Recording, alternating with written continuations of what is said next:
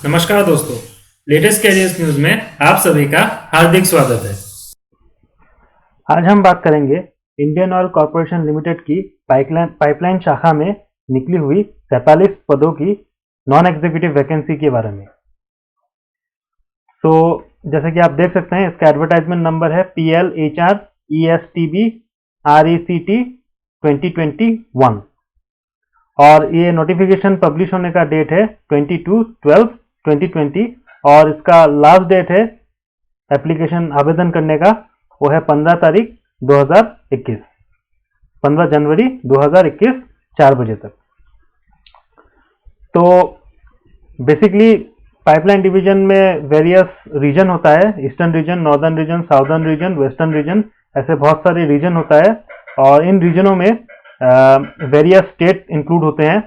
तो जैसे कि आप देख सकते हैं, ईस्टर्न रीजन पाइपलाइन में है आपका वेस्ट बंगाल, उत्तर प्रदेश, असम, बिहार, झारखंड, ये सब ईस्टर्न रीजन पाइपलाइन में आते हैं।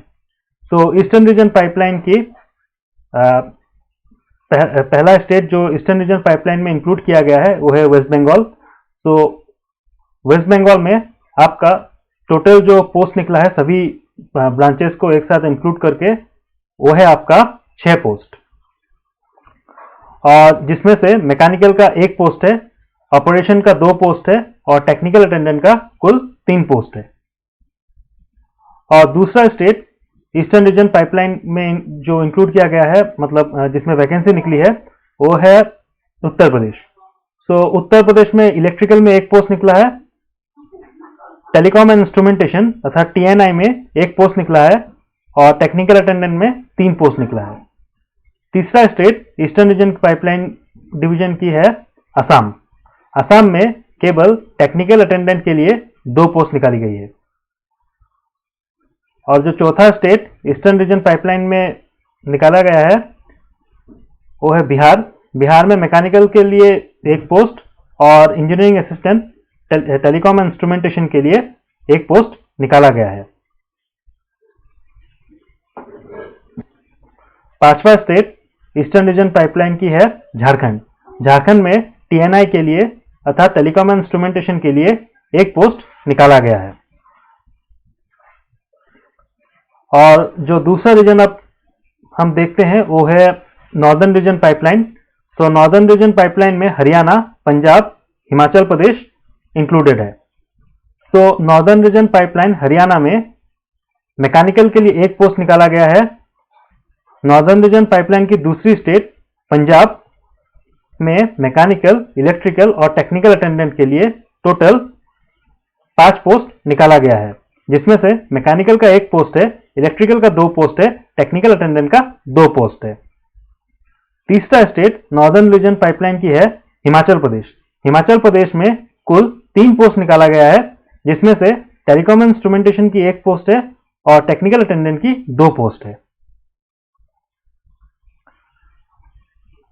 अब हम साउदर्न रीजन पाइपलाइन के स्टेट्स के बारे में देख लेते हैं। साउदर्न रीजन पाइपलाइन के स्टेट्स में है तमिलनाडु, आंध्र प्रदेश, छत्तीसगढ़, उड़ीसा। तो ये स्टेट साउदर्न रीजन पाइपलाइन में इंक्लूडेड है। तो साउदर्न रीजन पाइपलाइन के पहले स्टेट तमिलनाडु के लिए 1 पोस्ट निकाला गया है टेक्निकल अटेंडेंट की, आंध्र प्रदेश के लिए 1 पोस्ट टेक्निकल अटेंडेंट की, छत्तीसगढ़ के लिए टेक्निकल अटेंडेंट और इंजीनियरिंग असिस्टेंट की 1 पोस्ट निकाला गया है। हालांकि टेक्निकल अटेंडेंट का यहाँ पे छत्तीसगढ़ में 2 पोस्ट निकाला गया है। इसके साथ साथ जो साउदर्न रीजन पाइपलाइन की उड़ीसा राज्य के लिए मैकेनिकल में 2 पोस्ट और टेलीकॉम इंस्ट्रूमेंटेशन के लिए 3 पोस्ट निकाला गया है। अब पाइपलाइन डिवीजन की वेस्टर्न रीजन पाइपलाइन को देख लेते हैं। तो वेस्टर्न रीजन पाइपलाइन में जो स्टेट इंक्लूड होंगे वो है गुजरात और राजस्थान, जिसमें से गुजरात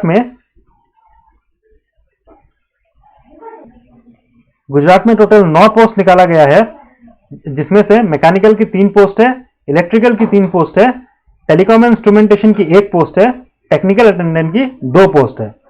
इसके साथ साथ वेस्टर्न रीजन पाइपलाइन की राजस्थान शाखा में टोटल 2 पोस्ट निकाला गया है, जिसमें से इंजीनियरिंग असिस्टेंट टेलीकॉम इंस्ट्रूमेंटेशन की एक पोस्ट है और टेक्निकल अटेंडेंट की एक पोस्ट है। सो कुल पोस्ट का जो संख्या है वो है 47, और जो अनरिजर्व कैटेगरी का पोस्ट है वो है 31 पोस्ट। एससी के लिए आपका 7 पोस्ट है, एसटी के लिए आपका 4 पोस्ट है, ओबीसी के लिए आपका 4 पोस्ट है, ईडब्ल्यूएस के लिए 1 पोस्ट, और स्पेशल कैटेगरी पीडब्ल्यूडी और एक्स सर्विसमैन के लिए 1 और 4 पोस्ट है।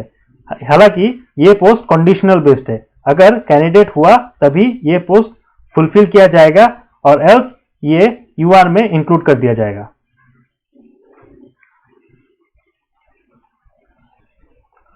अब हम एजुकेशन क्वालिफिकेशन के बारे में देख लेते हैं।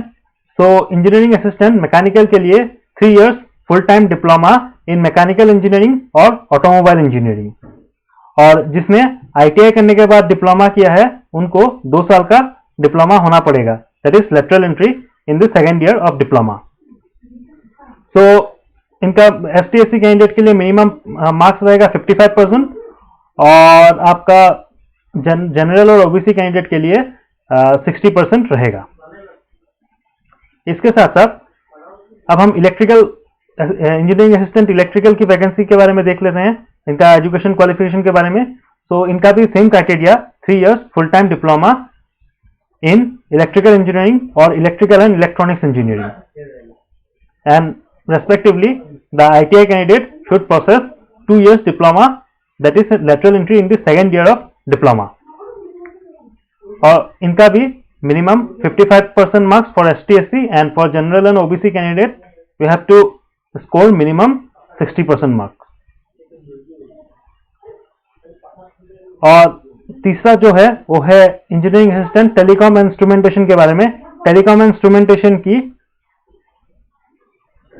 इंस्ट्रूमेंटेशन में भी 3 years diploma in the following branch, that is in the electronics and communication engineering, electronics and telecommunication engineering, electronics and radio communication engineering, instrumentation and control engineering, instrumentation and process control engineering, electronics engineering. इन विषयों पर diploma धारक इस post के लिए apply कर सकते हैं। और जो minimum 55% marks for the ST/SC candidate and for 60% marks for other category, that is UR and OBC candidate। अब एक इंपॉर्टेंट चीज जो नोट करने का बात है वो है, सपोज किसी ने इलेक्ट्रिकल एंड इंस्ट्रूमेंटेशन में डिप्लोमा किया है, क्या वो एलिजिबल होंगे इस पोस्ट के लिए? तो इसका साफ आंसर है नहीं। इंजीनियरिंग असिस्टेंट इलेक्ट्रिकल में इलेक्ट्रिकल इंजीनियरिंग और electrical and electronics engineering eligible होंगे। एक्चुअली क्या बात है कि इलेक्ट्रिकल और इलेक्ट्रॉनिक्स ये 2 टर्म उस सर्टिफिकेट में मेंशन होना चाहिए, या ये टर्म मेंशन होना इंपॉर्टेंट है, उसके साथ एक्स्ट्रा कोई टर्म नहीं होना चाहिए। सो जो टर्म्स यहाँ पे मेंशन किया जाता है वो स्पेसिफिक टर्म आपके सर्टिफिकेट में मेंशन होना जरूरी होता है, इसलिए ये एडवर्टाइजमेंट को आप गौर से एक बार पढ़ लीजिएगा।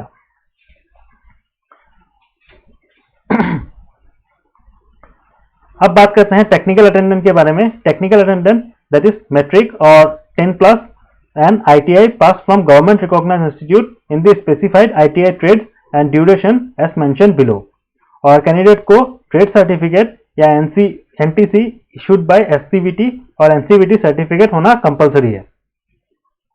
और जो ITI कोर्स इस पोस्ट के एलिजिबल होंगे वो है electrician, electronic mechanic, fitter, instrument mechanic chemical plant, machinist, grinder, mechanic cum operator in electronics communication, turner, wireman, draftman, mechanic industrial electronics, information technology ESM, mechanic refrigeration and air condition, mechanic diesel.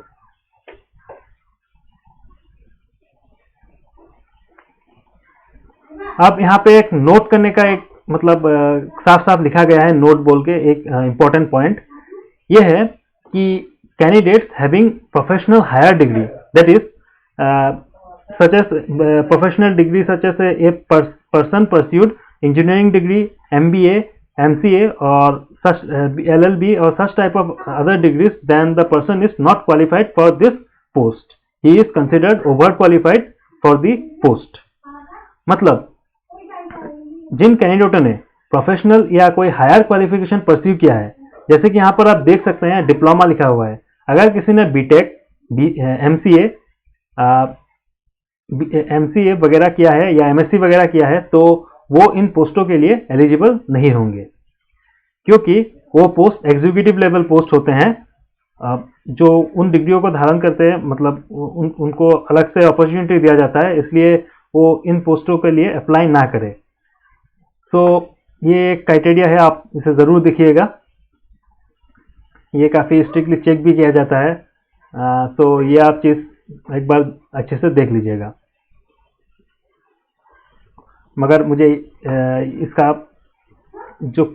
जो मतलब criteria होता है कि BTech या higher professional degree जैसे कि BCA, तो क्या एमसीए, सॉरी बीसीए एलिजिबल होंगे, बीसीए, बीए, बीएससी ये सब एलिजिबल होंगे, मगर जो मास्टर्स होते हैं जैसे कि एमएससी या एमबीए या एमसीए, वो सब एलिजिबल इसके लिए नहीं होंगे। जनरली इंडस्ट्री सेक्टर में बीएससी डिग्री और आपका जो डिप्लोमा डिग्री होता है उसको सेम कंसिडर किया जाता है, और जो एमएससी या जो हायर क्वालिफिकेशन होती है एमएससी और एमबीए, एमसीए, इस सब को हायर कैटेगरी क्वालिफिकेशन माना जाता है। जनरली उनका कंपैरिजन बीटेक के साथ होता है, तो उनके लिए एग्जीक्यूटिव पोस्ट अलग से निकलता है, तो इसीलिए ये नोट पॉइंट दिया गया है। अब देख लेते हैं सैलरी। सो सैलरी इंजीनियरिंग असिस्टेंट के लिए जो सैलरी रहेगा वो है आपका 25,000 से 1,05,000 तक पे स्केल, और जो टेक्निकल अटेंडेंट के लिए रहेगा वो है 23,000 रुपये से 78,000 रुपये तक। और जो कट ऑफ डेट रहेगा सभी क्वालिफिकेशन और सब कुछ, मतलब आपका कट ऑफ डेट जो रखा गया है वो है आपका 22 दिसंबर 2020 तक। तो इसका जो एप्लीकेशन फी जो आपको पे करना पड़ेगा इस एप्लीकेशन को अप्लाई, मतलब ऑनलाइन अप्लाई करते वक्त, वो है आप 100 रुपया for general and OBC category candidate, और एसटी एससी पीडब्ल्यूडी कैंडिडेट के लिए कोई भी एप्लीकेशन फी नहीं रखा गया है। अब हम कंसेशन और रिलैक्सेशन के बारे में देख लेते हैं। तो minimum age requirement limit is 18 years and the upper age limit is 26 years on 22/12/2020, और जो upper age relaxation of 5 years to the ST/SC candidate and 3 years to the OBC candidate। मतलब मिनिमम जो एज लिमिट है वो है 18 years और maximum age limit है 26 years, और इसका कट ऑफ डेट है 22 दिसंबर 2020। और जो ST/SC कैंडिडेट है उनके लिए 5 साल एक्स्ट्रा रिलैक्सेशन रखा गया है, और जो OBC कैंडिडेट है उनके लिए 3 साल। अब सिलेक्शन जो प्रोसीजर है वो अब देख लेते हैं। सिलेक्शन में जो हाईएस्ट वेटेज रखेगा वो है रिटन टेस्ट और स्किल प्रोफिशिएंसी टेस्ट। ये क्वालिफाइंग नेचर होता है, इसका कोई खास वेटेज होता नहीं है, मगर फिर भी आपको ये काफ़ी अच्छे से देना पड़ेगा। और नॉर्मली आपका रिटन टेस्ट बहुत वेटेज रखता है, तो ये आपको काफ़ी ध्यान से देना पड़ेगा क्योंकि इसका बहुत ही हैवी वेटेज रहेगा।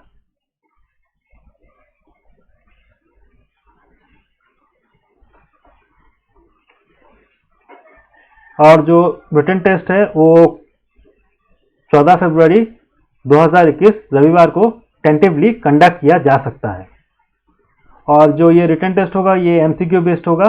इसमें टोटल 100 क्वेश्चन रहेगा, ईच क्वेश्चन एक मार्क कैरी करेगा, और 75 question from the concern engineering, जो इंजीनियरिंग असिस्टेंट है उनके लिए 75 question from the concern engineering department, 25 question from various general knowledge aptitude, numericals aptitude etcetera.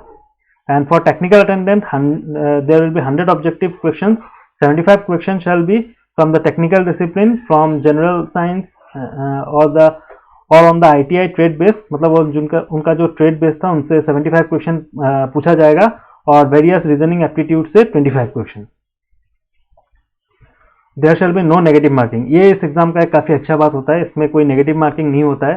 तो इसको अच्छे से अगर कोई ट्राई करके जाए, मतलब पढ़ के जाए, तो इसको क्लियर करने का बहुत चांसेस रहता है, क्योंकि जनरली इसमें कोई नेगेटिव मार्किंग तो है नहीं, तो आपको पूरा क्वेश्चन करके आ सकते हैं मतलब आप।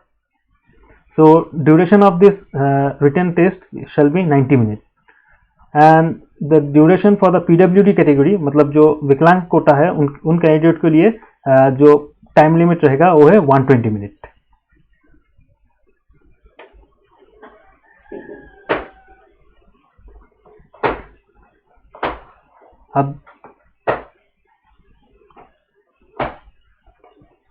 अब हम देख लेते हैं आप कैसे इसमें अप्लाई कर सकते हैं।